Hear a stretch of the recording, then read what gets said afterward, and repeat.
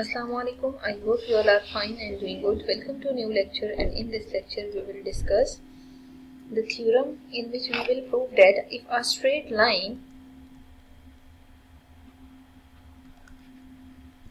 drawn from center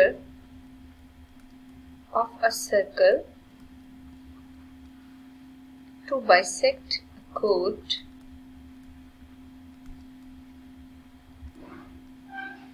is perpendicular to chord.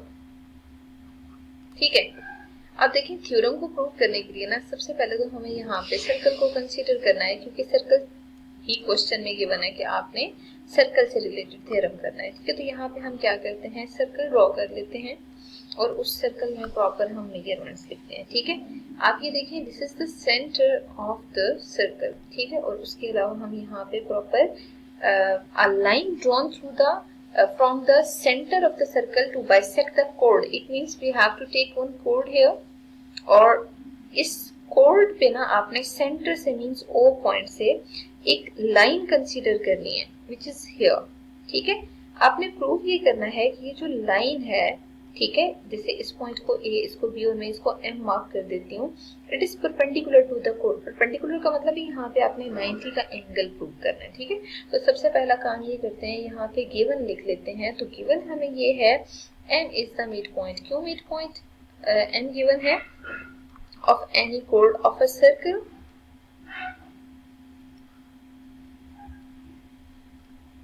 ठीक है, at O as a centre. ठीक है, अच्छा, इसके अलावा हम यहाँ पे ए बी ले लेते हैं। A B is a code and this code is other than diameter. ठीक है, अब आपने प्रूव करना है ना। ठीक है, तो प्रूव करने के लिए हम देखते हैं कि टू प्रूव क्या है। टू प्रूव क्या है कि प्रूव आपने ये करना है O M is basically perpendicular to A B. Perpendicular का मतलब यहाँ पे आपने 90 का एंगल प्रूव करना है। ठीक है, अब हम ऐसे करते हैं, कंस्ट्रक्शन लिख लेते हैं। तो कंस्ट्रक्शन में आपने क्या करना है, ज्वाइन कर देना है A to O and B to O। क्या फायदा होगा हमें कंस्ट्रक्शन करके, किसी डिफरेंट पेन से कर लेते हैं बेस्ट है।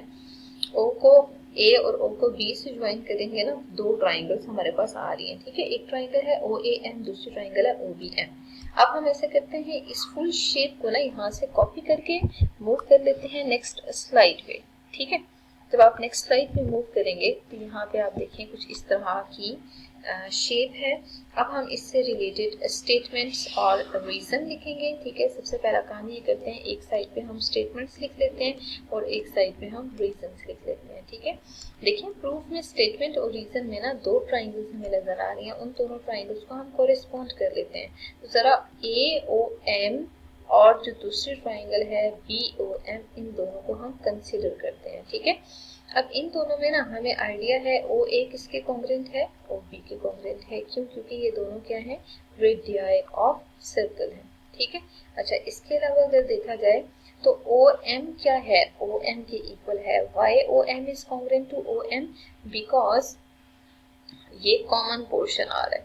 ठीक है, अच्छा, इसके अलावा हम यहाँ पे अगर देखें तो हमें आइडिया है M is a mid point. ठीक है, तो AM किसके कॉन्ग्रुएंट है, MB के कॉन्ग्रुएंट आ रहा है। ठीक है, तो यहाँ पे आप लिख सकते हैं M इज मिड पॉइंट। अगर M मिड पॉइंट है ना, तब हम ये लिख सकते हैं। ठीक है, अच्छा, इसके अलावा हमें यहाँ पे देखना है कौन सा पोस्टुलेट आ रहा है। तो यहाँ पे side side side postulate exist कर रहा है। अगर ये पोस्टुलेट एग्जिस्ट कर रहा है तो ये जो दोनों ट्राइंगल्स आपने स्टार्ट में कोरिस्पॉन्ड किए हैं, इन दोनों को कॉन्ग्रुएंट किया जा सकता है। अगर ये दोनों ट्राइंगल्स कॉन्ग्रुएंट है ना, तो इसमें मेजरमेंट एंगल 1 और मेजरमेंट एंगल 2 इक्वल होंगे, और यहाँ पे आप ऐसा करें कि एंगल 1 और एंगल 2 मार्क करते हैं। ठीक है, और यहाँ पे रीजन में आप लिख सकते हैं corresponding sides of congruent triangle या corresponding angles of congruent triangles ये सब इक्वल होंगे, ठीक है। अच्छा, इसके अलावा आपको आइडिया है कि मेजरमेंट एंगल 1 और मेजरमेंट एंगल 2 सप्लीमेंट्री एंगल्स है, मीन्स इनका सम 180 के इक्वल है। रीजन में सामने आप लिख सकते हैं सप्लीमेंट्री एंगल्स, ठीक है। अगर सप्लीमेंट्री एंगल्स हैं तो इनका सम 180 के इक्वल है। अगर इनका सम 180 के इक्वल है तो यहाँ पे हम क्या करेंगे, मेजरमेंट एंगल 1 और मेजरमेंट एंगल 2 के सम को 180 लेंगे। अब हमें पता है मेजरमेंट एंगल 1 और मेजरमेंट एंगल 2 इक्वल हैं, तो आप यहाँ पे 2 टाइम्स ऑफ मेजरमेंट एंगल 1 लिखें तो 180 आ रहा है, ठीक है।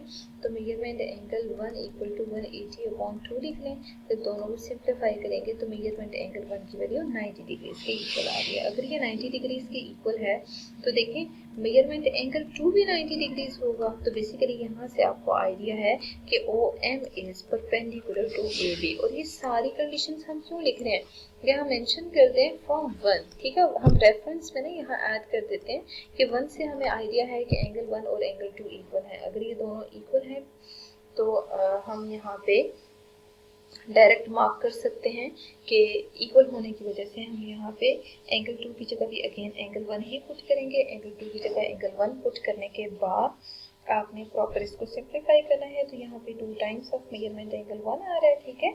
और 180 अपॉन 2 है, फिर आप मेजरमेंट एंगल 1 देखें तो 90 आ रहा है। तो अगर एंगल 1 90 है तो एंगल 2 1 इक्वल है, it means that is also 90। तो हेंस डायरेक्ट आप लिखते हैं को OM is perpendicular to AB, ठीक है। 90 का मतलब यही होता है कि यहाँ पे परपेंडिकुलर हो, ठीक है।